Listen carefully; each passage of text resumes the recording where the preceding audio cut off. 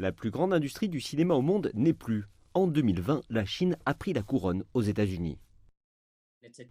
C'est une industrie de plus de 10 milliards de dollars qui dépasse le marché américain pour la première fois, pour devenir le premier marché au monde.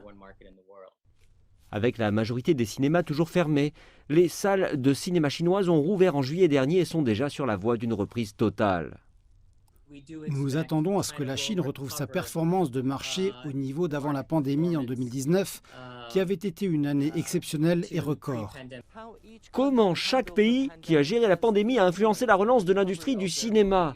Mais les experts soulignent également que la poussée de la Chine fait partie d'une plus large tendance.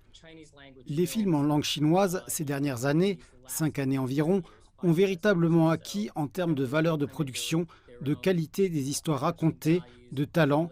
Tout cela s'est professionnalisé. Et avec cela, la part des films hollywoodiens au box-office chinois a enregistré un déclin régulier.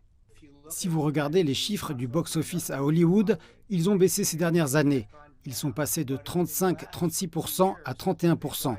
Et bien évidemment, 2020 fut une aberration avec moins de 20%. Mais selon M. Rosen, Hollywood ne perdra pas complètement sa domination, surtout lorsqu'il s'agit de grandes sorties comme Avatar, qui a récemment battu le record du box-office en Chine.